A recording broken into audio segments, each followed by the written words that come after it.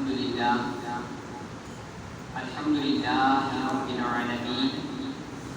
والعاقبة للمتقين والصلاة والسلام على أشرف الأنبياء والمرسلين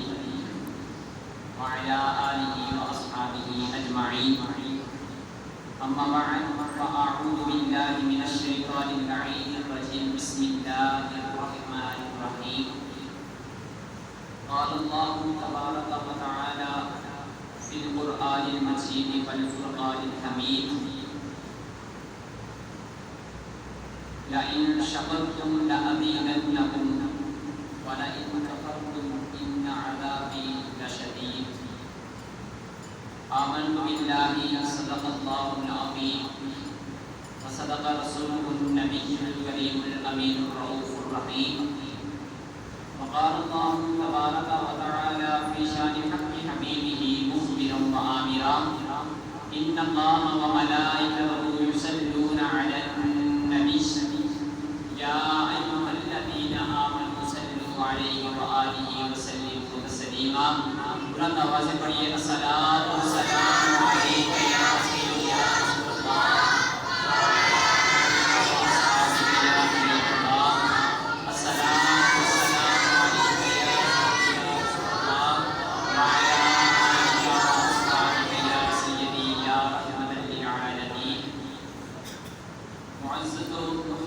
سامعین. ہم اس دنیا میں رہتے ہوئے طرح طرح کی عبادات کرتے ہیں. نماز کی صورت میں ہم عبادت کرتے ہیں، روزے کی صورت میں ہم اللہ تعالیٰ کی عبادت کرتے ہیں، سجدے کی صورت میں ہم اللہ تعالیٰ کی عبادت کرتے ہیں، اور رکوع کی صورت میں، قیام کی صورت میں، قرات کی صورت میں ہم اللہ تعالیٰ کی عبادت کرتے ہیں. دیگر ہم تسبیح و تحمید کے ذریعے ہم اللہ تعالیٰ کی عبادت کرتے ہیں. لیکن کچھ ایسی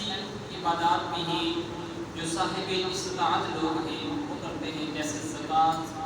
حج، عمرہ وغیرہ. تو یہ ساری کی ساری عبادات ہم بجا لاتے ہیں، لیکن ہم اس بات کی پکی یقین دہانی نہیں کرتے کہ آیا جو ہم عبادات کر رہے ہیں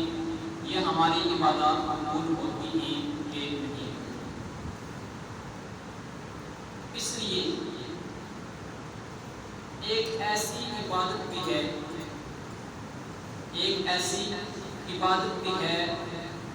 جو بندہ جس حال میں بھی کرے اللہ تعالیٰ وہ قبول کر لیتا ہے. اب آپ لوگ یہ سوچ رہے ہوں گے کہ وہ کون سی ایسی عبادت ہے جو ہر حالت میں قبول ہوتی ہے. وہ کوئی مشکل، کوئی لمبی چوڑی، کوئی اتنی بڑی عبادت نہیں ہے. وہ عبادت یہ ہے کہ جب بھی کوئی شخص کسی مصیبت میں مبتلا ہو، جب بھی اپنے کاروبار سے یا اپنی مصروفیات سے اسے کچھ تھوڑی فراغت حاصل ہو، اور جب اسے سکون کی ضرورت ہو، جب اس پر مصائب کے پہاڑ ٹوٹ رہے ہوں، تو اس وقت اس شخص کو چاہیے کہ وہ ایک ہی عبادت کرے. وہ عبادت کوئی اور نہیں، وہ پیارے آقا پر درود پاک پڑھنا ہے. پیارے آقا علیہ الصلوۃ والسلام نے ارشاد فرمایا کہ جس کا مفہوم یہ ہے کہ جو شخص مجھ محمد پر کثرت کے ساتھ درود پاک پڑھتا ہے، درود بھیجتا ہے، سلام بھیجتا ہے، اللہ تعالیٰ اس بندے پر آنے والی جتنی بھی مصیبتیں ہیں ان ساری کی ساری کو دور فرما دیتا ہے. یہ بہت سی ایسی کتب ہیں جن کتب کے اندر یہ واقعہ نقل ہے کہ ایک شخص اس نے کسی شخص سے 3000 درہم یہ ادار دیے اور مقررہ وقت پر اس اسے لٹانے کا وعدہ بھی کیا۔ جب مقررہ وقت آیا جو ان کا آپس میں گفت و شنید ہوئی تھی، جو انہوں نے وقت مقرر کیا تھا، جب وہ مقررہ وقت آیا تو جو قرض دینے والا تھا اس نے دوسرے شخص پر جو قرض تھا اس کا مطالبہ کیا کہ صاحب آپ نے فلاں وقت مقرر کیا تھا، آپ کے قرض لٹانے کا وقت آ چکا ہے۔ تو وہ شخص آگے سے یہی بات عرض کرتا ہے کہ صاحب اس وقت تو میرے پاس 3000 درہم تو نہیں ہے، لیکن میں کچھ کوشش کروں گا، آپ مجھے کچھ اور مہلت دیں۔ کرتے کرتے بات یوں ہوئی کہ اسے کچھ دنوں کی اور مہلت دے دی، وہ مہلت بھی ختم ہو گئی۔ وہ قرض خواہ جو قرض کا مطالبہ کرنے والا تھا، وہ شخص پھر دوبارہ اسی شخص کے پاس، قرضدار کے پاس پہنچتا ہے اور آ کر اپنے قرض کا مطالبہ کرتا ہے کہ صاحب آپ نے جو وقت مقرر کیا تھا وہ وقت آ پہنچا ہے، اب میرا قرض لٹا دیجیے۔ وہ پھر آگے سے یہی کہتا ہے کہ میرے پاس ابھی اور اس وقت بھی 3000 درہم نہیں ہے، مجھے اور وقت دے، مجھے کچھ اور مہلت دو۔ جب وہ شخص تیسری مرتبہ بھی اسے مہلت دے دیتا ہے اور مہلت دینے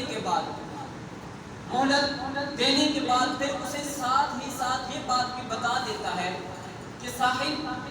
اگلی مرتبہ اگر آپ نے میرا قرض واپس نہ کیا تو میں عدالت میں قاضی کے پاس جاؤں گا اور آپ کا جو معاملہ ہے وہ قاضی کے پاس دائر کر دوں گا۔ جب پھر دوبارہ مقررہ وقت آیا، مقررہ وقت میں وہ شخص قرض کو واپس نہ کر سکا، تو وہ جو قرض خواہ تھا وہ اپنی جو مطالبہ تھا وہ قاضی کے پاس لے جاتا ہے، اپنا سارا ماجرا جا کے قاضی کو سناتا ہے۔ قاضی کو سنانے کے بعد جب قاضی نے قرضدار کو بلایا تو اس شخص نے پھر وہی الفاظ کہے کہ صاحب میرے پاس اس وقت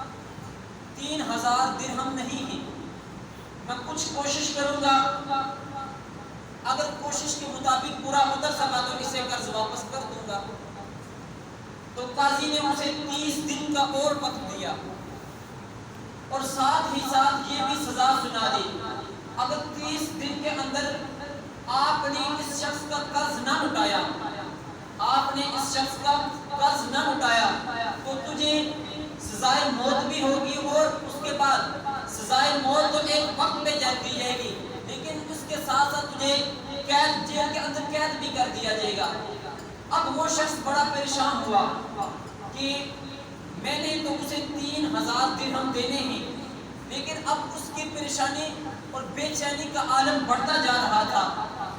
اس کی پریشانی اور بے چینی کا عالم جو بڑھتا جا رہا تھا، تو اس نے وہ حضور صلی اللہ علیہ وآلہ وسلم کی حدیث مبارکہ سن رکھی تھی اور اس نے وہی حدیث مبارکہ پر عمل کرنا شروع کر دیا کہ کریم آقا علیہ السلام نے فرمایا تھا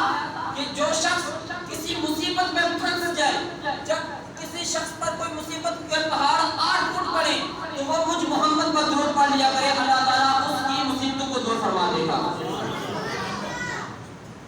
تو اب قاضی نے جو اسے فیصلہ سنا دیا تھا، گھر جاتا ہے، گھر جا کر اپنے کریم آقا علیہ السلام پہ درود پاک پڑھنا شروع کر دیتا ہے۔ 1 دن گزرتا ہے، 2 دن گزرتے ہیں، 3 دن گزرتے ہیں، اسی طریقے سے حتیٰ کہ 27 دن گزر جاتے ہیں، اس کے قرض کا کوئی انتظام نہیں ہوتا۔ تو 27 دن گزرنے کے بعد ایک رات جب وہ درود پاک پڑھ کے سوتا ہے تو اس وقت مقدر جاگتے ہیں، ابھی قسمت نہیں جاگتی، مقدر جاگتے ہیں اور غیب سے آواز آتی ہے کہ صاحب آپ محمد پہ درود پڑھتے ہو، آپ کے قرض کا انتظام کر دیا گیا ہے۔ تو وہ شخص صبح جب بیدار ہوتا ہے تو وہ یہ کہتا ہے کہ غیب کی آواز تھی، نہ جانے کون تھا، کیسے ہوگا۔ اسی پریشانی کے عالم میں وہ دن بھر پھر درود پاک پڑھتا رہتا صبح طلوع ہوتی ہے تو درود پڑھتا ہے، شام غروب ہوتی ہے تو درود پڑھ رہا ہوتا ہے، رات کو جب بستر پہ جاتا ہے محمد عربی صلی اللہ علیہ وآلہ وسلم پر درود پڑھ رہا ہوتا ہے، تو اسی حالت میں اسے نیند آ جاتی ہے تو اس وقت اس کی قسمت جاگ جاتی ہے، قسمت جاگ جاتی ہے۔ تو کریم آقا علیہ الصلوۃ والسلام فرماتے ہیں، ایک شخص کی طرف اشارہ کرتے ہیں، فرماتے ہیں کہ علی بن زید کے پاس آپ چلے جانا، علی بن زید کے پاس آپ چلے، وہ اس وقت کے مشہور و معروف ولی تھے، اس کے پاس چلے جانا اور جا کے یہ کہنا کہ حضور نے فرمایا تھا کہ جاؤ اور اس کے ساتھ اپنے قرض کا مطالبہ کرو، وہ تمہارا قرض ادا کر دے گا۔ تو صبح اسی اثنا میں وہ بیدار ہوتا ہے، لیکن دل ہی دل میں یہ خیال آتا ہے ابھی ایک دن باقی ہے، 2 دن گزر گئے، 30 دن گزر گئے، ایک دن باقی ہے۔ تو وہ شخص صبح بیدار ہوتا ہے اور بیدار ہو کر یہ سوچتا ہے کہ میں علی بن زید کے پاس تو جاؤں گا، لیکن اس شخص نے مجھ سے کوئی دلیل مانگی، کچھ نشانیاں مانگی، تو پھر میں اسے کیا جواب دوں گا؟ نہیں جاتا۔ جب اس کے پاس وہ نہیں جا رہا تھا تو پھر اگلے وہی دن پھر دن بعد درود پاک پڑھتا رہا اور رات سویا،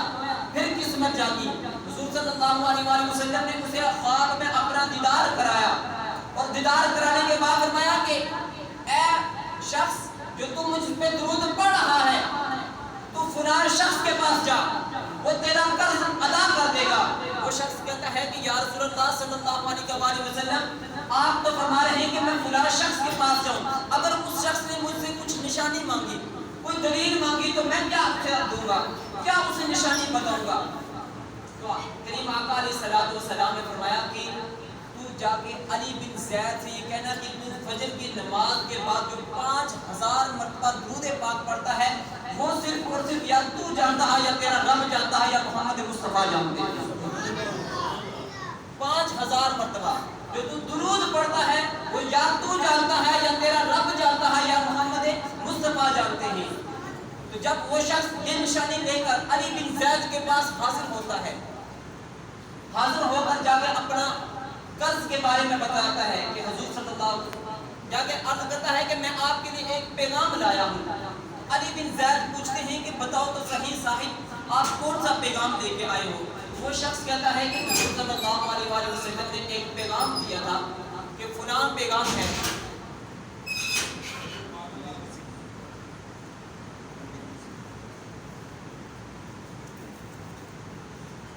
تو وہ شخص تو جو میری طرف الصلاۃ والسلام علیکہ یا سیدی یا رسول اللہ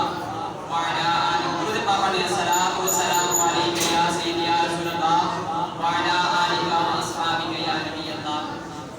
تو توجہ میری طرف کریں۔ تو وہ شخص علی بن زید کے پاس جاتا ہے اور جا کر حضور صلی اللہ علیہ وآلہ وسلم کا پیغام سناتا ہے اور یہ کہتا ہے کہ آپ نے میرا فلاں شخص کو قرض ادا کرنا ہے۔ تو وہ شخص علی بن زید یہ کہتے ہیں کہ اگر آپ کو حضور صلی اللہ علیہ وآلہ وسلم نے واقعاتاً یہ بات کہی ہے تو کچھ مجھے نشانی بتاؤ، کچھ دلیل دو۔ تو وہ شخص یہ کہتا ہے کہ آپ جو فجر کے بعد درود پڑھتے ہو یا وہ تمہارا رب جانتا ہے یا تمہاری ذات جانتی ہے یا محمد مصطفیٰ جانتے ہیں، یا محمد مصطفیٰ جانتے ہیں۔ وہ شخص علی بن زید خوشی سے جھوم اٹھتا ہے اور کہتا ہے کہ قربان جاؤں کہ رسول پاک صلی اللہ علیہ وآلہ وسلم نے میرا 5000 مرتبہ ہر روز درود پاک پڑھنا قبول فرما لیا ہے۔ اور اسی خوشی کے مارے، اسی خوشی سے جھوم کے وہ اٹھتا ہے اور اپنے کمرے کی طرف جاتا ہے، وہ 3000 درہم وہ اسے عنایت کرتا ہے اور کہتا ہے کہ یہ 3000 درہم جو حضور صلی اللہ علیہ وآلہ وسلم نے مجھے حکم فرمایا تھا اس حکم کے مطابق تمہارے لیے ہیں، اور جو 3000 درہم یہ میری طرف سے آپ کے لیے ہیں جو آپ حضور کا پیغام لے کر مجھ تک آئے ہیں۔ اور پھر فرمایا کہ یہ 3000 درہم اور لے لیجیے اور وہ جو 3000 درہم ہے اس کے ساتھ اپنے بال بچوں کا پیٹ پال لے۔ اور وہ شخص ادھر صبح ہوتی ہے، عدالت میں پہنچتا ہے، قاضی کے سامنے جا کے 3000 درہم رکھتا ہے۔ تو قاضی کا جو وکیل تھا وہ پوچھتا ہے کہ کل تک تو آپ کے پاس 3000 درہم نہیں تھے، تو یہ ان کا بندوبست کہاں سے ہوا؟ تو وہ شخص آگے سارا ماجرا سناتا ہے۔ تو قاضی یہ کہتا ہے کہ یہ 3000 درہم میری طرف سے لے لیجیے، وہ 3000 درہم آپ اپنے پاس رکھیں، سارا ثواب علی بن زید نہ کمائے، کچھ ثواب میں بھی کمانا چاہتا ہوں، اور اپنے پاس سے 3000 درہم اس شخص کو عطا کرتا ہے، اور عطا کرنے کے بعد جو شخص قرض خواہ تھا، جو قرض کا مطالبہ کر رہا تھا، وہ کہنے لگا کہ قاضی صاحب آپ بھی سارا ثواب نہ دیجیے، کچھ ثواب ہمارے لیے بھی چھوڑ دیجیے، ایک کاپی دیجیے اور پینسل لیجیے، اور جتنا بھی میں نے آپ کے پاس کیس دائر کیا تھا اس سارے پہ سارے قلم پھیر کے وہ سارے کا سارا قرض معاف کر دیجیے، میں اس کا قرض معاف کرتا ہوں۔ تو اس لیے فرمایا کہ بندہ کسی بھی مصیبت میں مبتلا ہو، یہ جو واقعہ سنانے کا مقصد ہے یہ یہی ہے کہ بندہ کسی بھی مصیبت میں مبتلا ہو، کریم آقا علیہ السلام کے عشق میں ڈوب کر ان کی ذات پہ درود پڑے، اللہ تعالیٰ ان کی جو مصیبتیں ہیں وہ دور فرما دے گا۔ تو اس لیے بلند آواز سے آپ پڑھنا ہے کہ الصلاۃ والسلام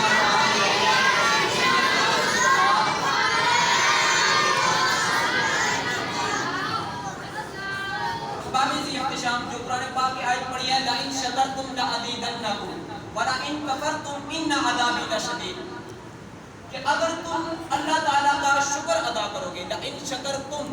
لَأَزِيدَنَّكُمْ، تو وہ تمہیں زائد عطا فرمائے گا۔ سمجھ آ رہی ہے کہ اگر تم اللہ تعالیٰ کا کسی نعمت پہ شکر ادا کرو گے اور نعمتیں اللہ تعالیٰ تمہیں زائد عطا فرمائے گا، وَلَإِن كَفَرْتُمْ، اگر تم ناشکری کرو گے، اللہ تعالیٰ انسان کو نعمتیں دیتا ہے، پھر انسان ناشکرا ہے، ناشکری کرتا ہے، اسی لیے اللہ تعالیٰ نے فرمایا کہ وَلَئِن كَفَرْتُمْ، اگر تم ناشکری کرو گے، إِنَّ عَذَابِي لَشَدِيدٌ، کہ میرا عذاب بڑا سخت ہے۔ تو اس آیت مبارکہ سے جو ہمیں بات سمجھ آتی ہے وہ یہ ہے کہ اللہ تعالیٰ نے انسان کو طرح طرح کی نعمتوں سے نوازا ہے۔ اگر ان نعمتوں کو ہم گننا شروع کر دیں، شمار کرنا شروع کر دیں، تو ہمارے پاس اتنا وقت نہیں ہے کہ ہم جو ہے وہ اللہ تعالیٰ کی نعمتوں کو شمار کر سکیں۔ اللہ تعالیٰ نے خود ہی قرآن پاک میں ارشاد فرما دیا کہ فَبِأَيِّ آلَاءِ رَبِّكُمَا تُكَذِّبَانِ، کہ تم اللہ تعالیٰ کی کون کون سی نعمتوں کو جھٹلاؤ گے، کون کون سی نعمتوں کو شمار کر سکو گے۔ اللہ تعالیٰ کی کسی بھی نعمت کا ہم جو شمار ہے وہ نہیں کر سکتے۔ اگر ہم دیکھیں تو ہمارے پاس جو اس وقت سب سے بڑی اللہ تعالیٰ کی نعمت ہے وہ صحت کی ضرورت ہے۔ یہ انسان کے پاس صحت کا ہونا یہ ایک اللہ تعالیٰ کی بہت بڑی نعمت ہے۔ اس کے بعد عافیت، بندے کا سکون میں ہونا یہ اللہ تعالیٰ کی بہت بڑی نعمت ہے، اور اس کے بعد اولاد یہ اللہ تعالیٰ کی بہت بڑی نعمت ہے۔ ان سے پوچھیے کہ جن کی اولاد نہیں ہے، ان سے پوچھیے جن کی اولاد نہیں ہے، جن کی اولاد ہے وہ اللہ تعالیٰ کی ایک خاص نعمت ہے۔ اور اس کے بعد جو اللہ تعالیٰ نے ہمیں آنکھیں دی ہیں یہ اللہ تعالیٰ کی بہت بڑی نعمت ہے۔ اب ان اشخاص سے پوچھیں کہ جن کو اللہ تعالیٰ نے آنکھوں جیسی نعمت سے محروم رکھا ہے، اور اسی لیے فرمایا۔ اور اس کے بعد بعض لوگ ہوتے ہیں کہ جن کی زبان کا ٹیسٹ نہیں ہوتا، بعض لوگ کی زبان، ہم اللہ تعالیٰ کا شکر ادا کرتے ہیں کہ اس نے ہماری زبان کے اندر ٹیسٹ کو پیدا کیا، اور بہت سے ایسے لوگ بھی ہوتے ہیں کہ جن کی زبان کے اندر اللہ تعالیٰ نے ٹیسٹ کو بھی نہیں رکھا۔ یہ بھی اللہ تعالیٰ کی بہت بڑی نعمت ہے۔ اور یہ جو ہمارے پاس ہاتھ ہیں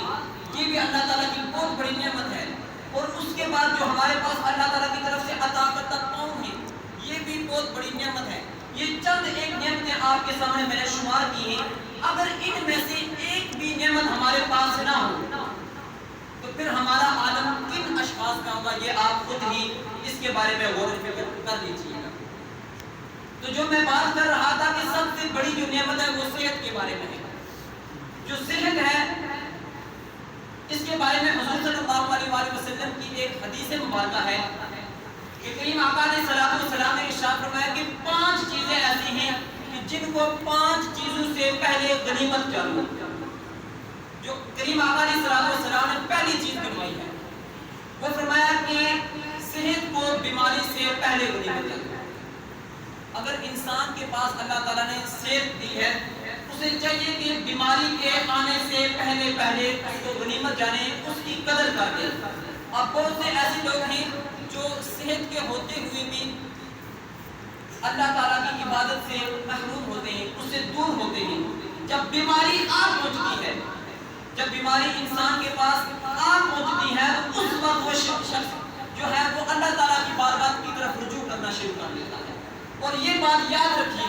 کہ جب بیماری سخت سے سخت کوئی انسان کے پاس آ پہنچے، اس وقت جو شخص اللہ تعالیٰ کی بارگاہ کی طرف رجوع کرتا ہے، وہ شخص کا رجوع کرنا اسے کچھ فائدہ نہیں دیتا۔ اسی لیے کریم آقا علیہ السلام نے فرمایا کہ صحت سے پہلے، جو بیماری سے پہلے صحت کو غنیمت جانو۔ اب دوسری بات فرمائی کہ جوانی کو بڑھاپے سے پہلے غنیمت جانو۔ اب جوانی بھی اللہ تعالیٰ نے عطا کی ہے، وہ سے بڑے نوجوان لوگ ہیں یہاں، وہ سے نوجوان رہتے ہیں، یہ بھی اپنی اپنی زندگیوں میں جو ہے وہ غور و فکر کر رہے ہیں کہ اللہ تعالیٰ نے ہمیں جوانی عطا فرمائی ہے۔ حضرت شیخ سعدی شیرازی رحمۃ اللہ علیہ فرماتے ہیں کہ جو مزہ عبادت کا جو مزہ جوانی میں آتا ہے وہ بڑھاپے میں نہیں آتا۔ اور اس کے بعد حضرت ملا علی قاری رحمۃ اللہ علیہ آپ فرماتے ہیں کہ میں نے بہت سے ایسے اشخاص کو دیکھا ہے جو بے روح سجدے کرتے ہیں۔ کسی نے پوچھا کہ یا شیخ بے روح سجدے اس کا کیا مطلب ہے؟ فرماتے ہیں کہ یہ وہ لوگ ہیں جن کو جوانی میں اللہ تعالیٰ کی عبادت یاد نہیں ہوتی، لیکن بڑھاپا جب آ جاتا ہے، بال سفید ہو جاتے ہیں، جب اپنی آنکھوں سے موت کو دیکھ رہے ہوتے ہیں، اس وقت وہ اللہ تعالیٰ کی بارگاہ کی طرف رجوع کر لیتے ہیں۔ اس وقت وہ ان کا اللہ تعالیٰ کی بارگاہ میں جڑنا انہیں کچھ فائدہ نہیں دیتا۔ اس لیے کریم آقا علیہ السلام نے فرمایا کہ جو نوجوان شخص، ایک نوجوان شخص جب اللہ تعالیٰ کی بارگاہ کی طرف رجوع کرتا ہے، توبہ کر لیتا ہے، سچے دل سے توبہ کر لیتا ہے، جس قبرستان سے بھی وہ گزرتا ہے اللہ تعالیٰ اس قبرستان سے 40 دن کے لیے عذاب میں اٹھا لیتا ہے۔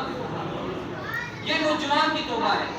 ایک نوجوان اگر سچے دل سے گناہوں سے توبہ کر لے تو اللہ تعالیٰ اس قبرستان سے 40 دن کے لیے، جس قبرستان سے بھی وہ گزرے گا، 40 دن کے لیے اس قبرستان سے عذاب کو اٹھا دے گا۔ اور اس کے بعد تیسری چیز جو کریم آقا علیہ السلام نے فرمائی ہے کہ مالداری یعنی دولت کو فقیری سے قبل غنیمت جانو۔ ایک شخص ایسا ہے جس کے پاس دولت ہے، مال ہے، اولاد ہے، ہر چیز ہے اس کے پاس، اگر وہ شخص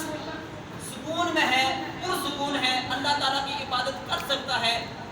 اور عوام کی خدمت کر سکتا ہے، لیکن پھر بھی وہ خدمت نہیں کرتا، اللہ تعالیٰ کی عبادت نہیں کرتا، تو اس شخص کو اس بات کا انتظار کر لینا چاہیے کہ کب اس کے پاس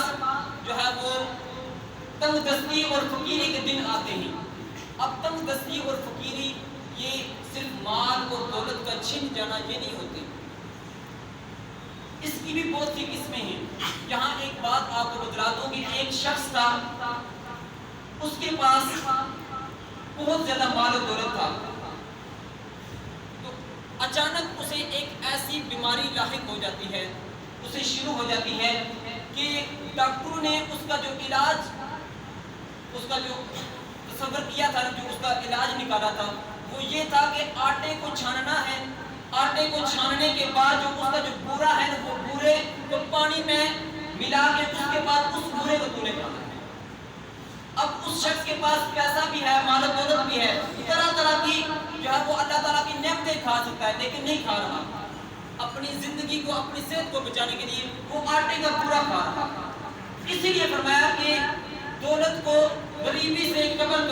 غنیمت جانو، یہ دولت کسی بھی وقت چھن سکتی ہے۔ اور اس کے بعد فرمایا کہ زندگی کو موت سے قبل غنیمت جانو۔ اللہ تعالیٰ نے زندگی عطا فرمائی ہے تو اسی زندگی میں رہتے ہوئے نیک اعمال کر دیجئے، کل قیامت کے دن یہی نیک اعمال ہمارے کام آنے ہیں، اور جو مرنے کے بعد ہمیں اثار ثواب کیا جاتا ہے وہ دوسروں کی طرف سے دیا گیا تحفہ ہوگا، وہ اپنی جگہ ہوگا، لیکن اب بندے کے اپنے کیے ہوئے اعمال اسے کل قیامت کے دن جنت میں اعلیٰ مقام عطا فرما دیں گے۔ تو اللہ تعالیٰ کی بارگاہ میں دعا ہے کہ اللہ تعالیٰ ہمیں صحت و سلامتی اور عافیت کے ساتھ زندگی گزارنے کی توفیق عطا فرمائے، اور مرنے سے قبل ہم سب کو مرنے کی تیاری کرنے کی توفیق و ہمت عطا فرمائے۔ وآخر دعوانا ان الحمد للہ رب العالمین۔ جن احباب نے سنتیں ادا کی